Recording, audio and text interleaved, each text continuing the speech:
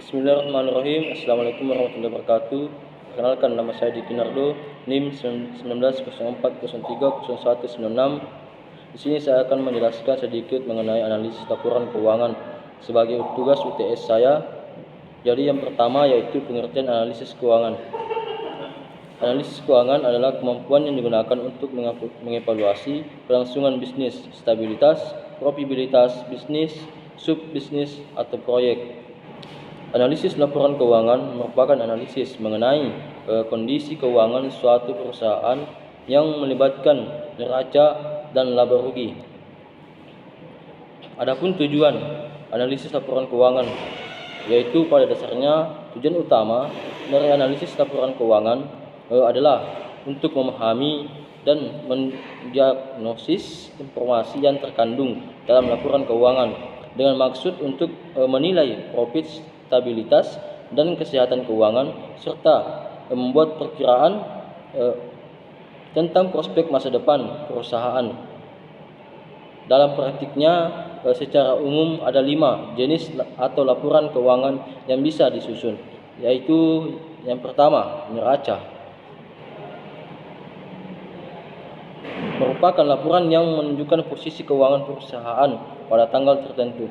Arti dari posisi keuangan yang dimaksud adalah posisi jumlah dan jenis aktiva atau harta dan pasifa, kewajiban dan ekuitas suatu perusahaan. Adapun komponen-komponen yang terdapat dalam neraca yaitu pertama aktiva lancar atau kas, seperti rekening bank, deposito berjangka, surat berharga, piutang, pinjaman yang diberikan, biaya yang dibayar di muka. Kemudian ada aktiva tetap. Aktiva tetap ada aktiva berwujud dan ada aktiva tidak berwujud. Dan terakhir itu ada aktiva lainnya seperti gedung dalam proses, tanah dalam penyelesaian, hutang jangka panjang, uang jaminan. Yang kedua, yang berikutnya kewajiban, di mana ada utang lancar dagang, utang wesel, utang bank, utang pajak, utang dividen, utang jangka panjang, utang hipotek, utang obligasi, utang bank jangka panjang lainnya. Kemudian modal ekuitas, yaitu modal saham, kemudian agio saham, laba ditahan, cadangan laba, modal sumbangan.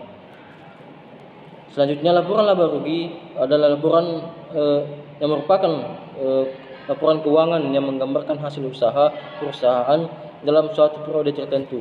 Dalam laporan laba rugi ini tergambar jumlah pendapatan dan sumber-sumber pendapatan yang diperoleh.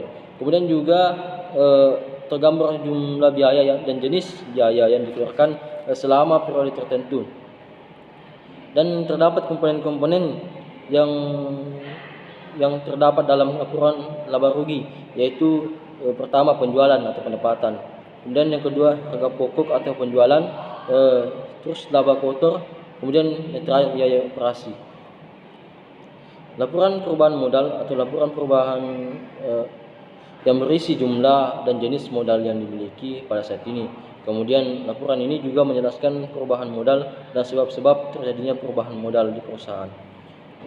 Dan laporan arus kas. Laporan arus kas merupakan laporan yang menunjukkan semua aspek yang berkaitan dengan kegiatan perusahaan, baik yang berpengaruh langsung maupun tidak langsung terhadap kas. Laporan arus kas disusun berdasarkan konsep kas selama periode laporan. Laporan ini terdiri dari kas masuk dan kas keluar.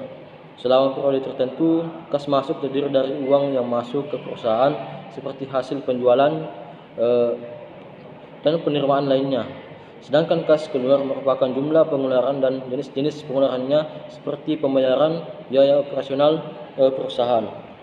Adapun laporan catatan atas laporan keuangan merupakan laporan yang memberikan informasi apabila ada laporan keuangan yang memerlukan penjelasan tertentu. Artinya, terkadang komponen atau nilai dalam laporan keuangan yang perlu diberikan penjelasan terlebih dahulu sehingga jelas. Hal ini diperlukan agar pihak-pihak yang berkepentingan tidak salah paham dalam menafsirkannya. Jadi kesimpulannya, berdasarkan pembahasan yang telah saya sampaikan, maka dapat disimpulkan bahwa jenis laporan keuangan itu ada 5 diantaranya: laporan neraca, laba rugi, laporan perubahan modal, laporan arus kas, dan laporan catatan atas laporan keuangan. Penyusunan laporan keuangan terkadang disesuaikan juga dengan kondisi perubahan kebutuhan perusahaan. Artinya, jika ada perubahan dalam laporan tersebut, tidak perlu dibuat sebagai contoh laporan perubahan modal atau laporan catatan atas laporan keuangan, dan dapat pula laporan keuangan dibuat hanya sekedar tambahan untuk memperkuat laporan yang sudah dibuat. Baiklah, itu yang dapat saya sampaikan. Kurang lebihnya mohon dimaafkan. Wassalamualaikum warahmatullahi wabarakatuh.